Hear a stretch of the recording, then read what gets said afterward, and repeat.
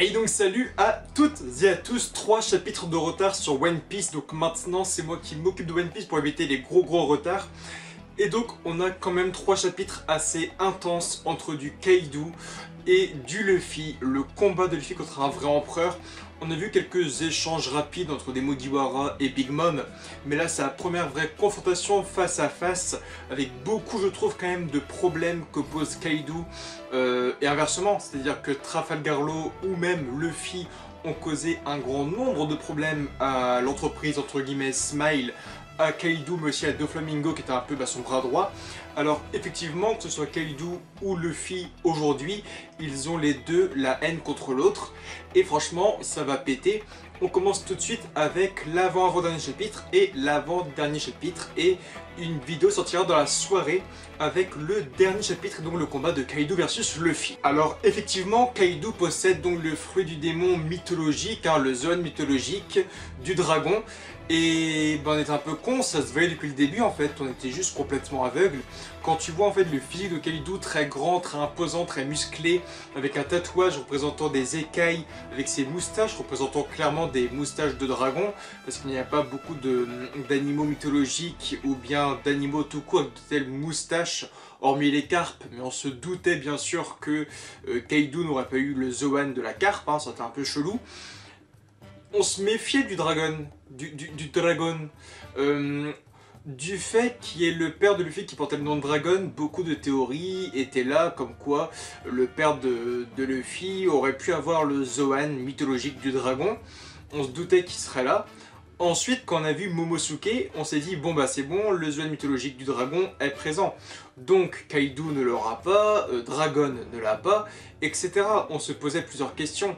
Et là, on te sort Kaido avec le Zoan mythologique du dragon, le capitaine de l'équipage de 100 bêtes, le chef de tous les Zoan actuellement limite, l'un des 4 empereurs, l'un des 5 empereurs, parce que Luffy est quand même considéré plus ou moins comme l'un des nouveaux empereurs. Mais on était complètement sur le cul, on va pas se mentir, on ne pensait pas voir en fait Kaido avec le fruit du démon d'un Zoan pouvant le transformer en dragon. Surtout que là c'est pas un dragon qui fait 3-4 mètres, c'est un dragon qui fait une bonne vingtaine de mètres, il est juste complètement énorme. Et c'est sûrement aujourd'hui l'un des plus gros et puissants fruits du démon qu'on puisse connaître aujourd'hui dans l'univers One Piece, hormis le fruit du démon de Eneru, qui était donc en gros le fruit de l'électricité. Et là franchement c'est un des fruits du démon les plus cheat, juste qu'il est tombé face à Luffy. Le seul mec qui n'aurait pas pu en fait vraiment battre, parce que Ener pouvait utiliser son fruit de n'importe où, à des dizaines de kilomètres de distance, et foudroyer quelqu'un avec un voltage incroyable, mais il est tombé sur Luffy, qui était fait de caoutchouc, donc il n'avait pas de chance. Mais pour moi oui, c'est sûr que Eneru par exemple a le fruit du démon le plus puissant de One Piece, mais là Kaido avec ce fruit du démon et une résistance assez folle, etc. Et puis sachez que là encore une fois aujourd'hui on a vu un Kaido ivre.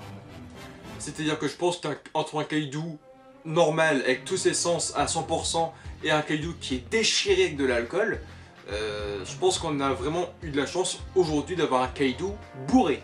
Mais vraiment. Donc ensuite, vous allez me dire comment ça se fait que Kaido est au final le fruit du démon du dragon, mais Momo aussi.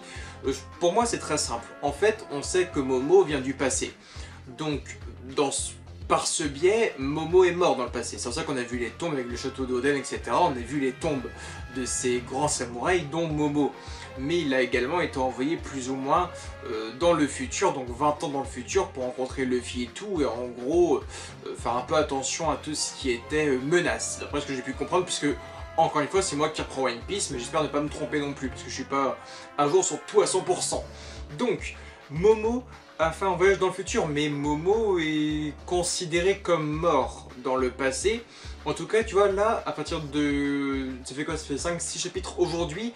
On commence vraiment à parler un peu de timeline, entre guillemets, de voyage dans le passé, de voyage dans le temps, etc. Et oui, Momo vient du passé et Momo serait mort dans le passé.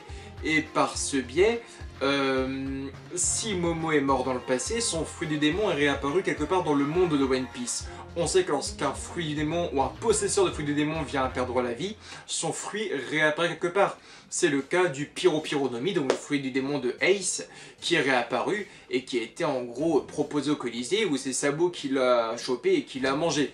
Mais admettons, Momonosuke est mort il y a 20 ans, son fruit du démon est réapparu et c'est Kaido qui l'a récupéré. C'est l'une des théories possibles. Après, voilà, je ne sais pas si j'ai raison en fait, je sais pas. Ensuite, on a également le cas de Jack, donc Jack, la calamité. Voilà, il porte son nom, c'est une vraie calamité comme garçon. Hein, entre, il se prend un coup de trompe et se fait one shot, là il se prend un coup de sabre. Au point de vue du pec et abdomen, il est HS. Donc on se pose beaucoup de questions sur Jack aussi. Est-ce que Jack est un éternel perdant? Parce qu'encore une fois, là on voit qu'il est assis et qu'il est beaucoup en train de parler, vraiment en tant que, limite, un narrateur, en train de dire voilà, Kaido est présent, Kaido est arrivé, qu'est-ce qu'il fait là? Tiens, il est ivre, tiens, il pense à ça, tiens, il cherche Law mais aussi Luffy. Pourquoi il est là? Qu'est-ce qu'il va faire? Comment il va réagir? J'espère qu'il ne va pas ravager le village. Donc voilà, c'est vraiment un narrateur maintenant, Jack. Est-ce que Jack aura un rôle important? Est-ce que Jack est vraiment terrifiant? Est-ce que c'est une calamité qui mérite son titre? Donc forcément oui, il fait quand même partie de l'équipage de Kaido, donc forcément oui, on le voit comme un homme puissant, mais là, effectivement, beaucoup de gens en ce moment le voient comme un faible, ce Jack, parce que en 2 apparitions, à chaque fois il apparaît comme un personnage dont on a limite peur, mais 2 fois aussi il se fait victime. Donc, est-ce que, en fin de compte, Eiichiro Oda a baissé le niveau de Jack pour en faire limite un personnage humoristique, faible ou qui a tout le temps la poisse? Parce que voilà, Kaido est tellement puissant que, au final, pas besoin de faire un mec aussi puissant que Jack.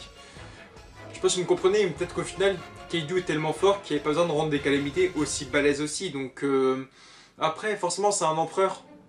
Est-ce que Jack ne va pas tourner un peu en personnage humoristique entre guillemets? Le mec a toujours la poisse, le mec qui est, oui, certes hyper puissant, mais dès qu'il arrive, il se fait niquer par quelque chose de malheureux. Donc là, il se prend la trompe de l'éléphant géant, j'ai oublié son nom et je suis désolé, je peux comprendre, ça fait carrément mal. Mais là, notre samouraï d'aujourd'hui qui va lui niquer le torse, je pensais vraiment qu'il allait se faire limite one-shot par Jack, mais pas du tout. Donc, l'une des espérances que j'ai aujourd'hui, c'est que Jack va briller. C'est l'une des espérances que j'ai, hein. Je n'ai pas beaucoup pour l'univers de One Piece. Mais j'espère que Jack va briller par la suite des aventures parce que depuis le temps on entend parler de lui, depuis son apparition dans le manga, on se dit que ce mec là, quand il apparaîtra et quand il verra Luffy, quand il verra les autres, bah il fera mal, il fera très peur, il fera de gros dégâts, c'est une calamité. Jack, la sécheresse, enfin genre son nom est énorme aussi, il a un character design vraiment cool.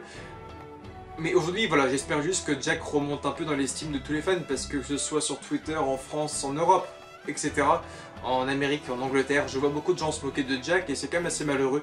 Donc, franchement, Eiichiro Oda a toujours géré l'écriture de ses personnages jusqu'au bout, mais vraiment. Alors je me fais aucun souci, j'espère juste qu'il aura un combat assez cool, que ce soit contre Sanji ou contre Zoro, peu importe. Mais quand ça arrivera, ce sera quand même hyper cool à voir et voilà, je croise les doigts pour que Jack la sécheresse remonte dans nos estimes. Et puis on a ce moment un peu effroyable où Kaido va raser complètement le château de Oden. Et non pas le château de Oden, mais va complètement limite raser le sommet d'une montagne. Il est peut-être à 2-3 km de la chaîne de montagne, il va faire un souffle ardent comme il est expliqué avec les kanji. Et tout le sommet de la montagne va être rasé alors qu'il tire.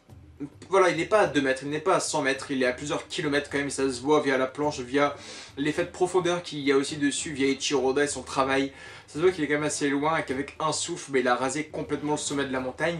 Donc on n'a aucune nouvelle de tout ce qui est Nami, etc. Mais on se doute qu'elle n'est quand même pas morte et que les autres Mugiwara ne sont pas morts, qu'ils se sont fait quand même protéger par quelque chose ou par quelqu'un. On se doute toutes et tous. C'est quand même con que tous les Mugiwara, une bonne partie sont quand même morts aujourd'hui, avec Brook et tout, c'est quand même hyper malheureux. Mais voilà, son pouvoir est juste incroyable. C'est l'une, encore une fois, des premières fois où on voit une portée aussi incroyable et qu'il souffle et que tu as tout le sommet de la montagne qui disparaît. C'était juste vraiment incroyable et il le refait dans le dernier chapitre où il rase pas une partie du village, mais franchement sa portée est immense. Donc on parle beaucoup voilà, des Zoan ou bien des autres fruits du démon qui permettent d'avoir une grande visibilité, de pouvoir viser assez loin comme Ineru et sa foudre. Mais là franchement, Kaidou nous fait vraiment du bien parce qu'encore une fois il va, voilà, c'est pas juste raser leur château, il va raser tout le sommet d'une montagne et il va rendre, voilà, que de la miette. Mais c'est incroyable, son pouvoir, il est juste complètement monstrueux et j'ai hâte de voir son autre potentiel parce qu'encore une fois là il est ivre. Il est ivre, ça se voit dans tout ce qui était scénarisé et montré dans les dialogues. J'ai franchement hâte de le voir à jeun déjà et voir la puissance qu'il pourrait avoir, voir ses autres techniques, voir ce qu'il pourrait nous faire apparaître. De toute façon, il peut même avoir un lien avec la météo, genre je sais pas, il fait un grondement et t'as le ciel qui se... Enfin, je sais pas. J'ai franchement hâte de voir son plein potentiel. Et donc ce fameux chapitre finit avec l'Elephant Token donc de Luffy contre Kaido qui donc complètement lui fermer le bec. Et là on se dit putain, Luffy a touché violemment avec l'une de ses plus puissantes techniques actuellement l'un des empereurs. L'un des empereurs, après on se dit voilà, on se doute, même si on n'a pas lu la suite, on se doute que Luffy n'a pas mis KO Kaido. Kaido pour rappel c'est quand même un mec avant tout qui cherche à trouver la mort. C'est le genre de mec qui saute d'une île céleste, il s'enfonce dans le sol et il meurt même pas, tu vois. Une île céleste, hein, pour te rappeler, c'est une île qui se trouve dans le ciel. Et le mec saute de là-haut, il fait quoi? Il fait bon, bien 500 kilos le bonhomme, il s'écrase dans le sol et même en voulant se suicider, il n'y arrive pas. Donc c'est bien triste tout ça. Donc on se doute qu'un simple Elephant Token, simple entre guillemets, ne viendra pas tuer Kaido. Ou n'apportera pas une blessure imposante. J'entends par là que si Kaido, avec sa forme humaine, cherche à se suicider d'une île céleste et qu'il ne prend aucun dégât, ce qui est ouf déjà, avec sa forme dragon, voilà, il prendra rien. Là, les yeux blancs qu'il a, ne vous faites pas avoir par ça, c'est juste les yeux blancs qu'il a en mode dragon, en mode oh là là, j'ai pris un coup violent. Mais pas du tout, Kaido va rien avoir. Hein. Sans que vous l'avez vu dans le dernier chapitre, il s'est fait one shot Luffy.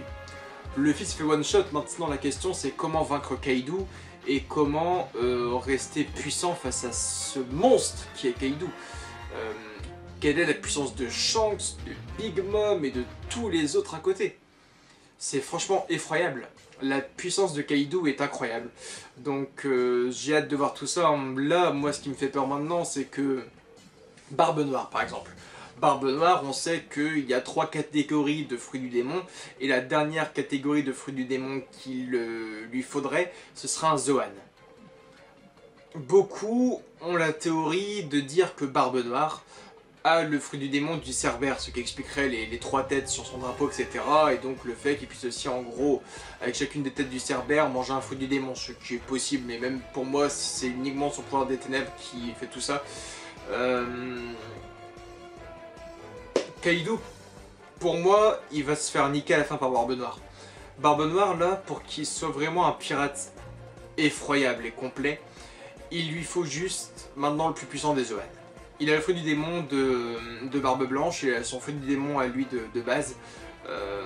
Il lui faut un Zoan à Barbe Noire.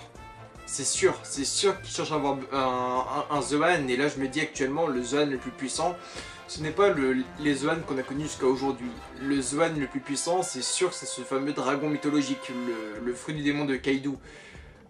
Je me dis, est-ce que si Luffy arrive un jour à battre Kaido, ce qui est mal barré pour l'instant parce que son Gear Force s'est fait one shot, je vois bien Barbe Noire arriver et lui choper son Zoan. C'est juste tellement sûr. C'est tellement sûr, et là je me dis mais Marshall D. Teach sera juste complètement ouf. Parce qu'avec le fruit du démon de Barbe Blanche, le truc des ténèbres et le fruit du démon du dragon que possède Kaido actuellement, il sera juste incroyable, Teach. Pour moi c'est sûr, Kaido est mal barré, je pense que Kaido, même si là il paraît monstrueux, il se fera voler de son fruit du démon avec Barbe Noire très bientôt. Alors, je le sens vraiment comme ça, on verra comment ça se passera en tout cas. En tout cas, je vous retrouve pour une nouvelle vidéo très bientôt, donc la review du dernier chapitre de One Piece. Je vous dis à tout de suite et bye tout le monde.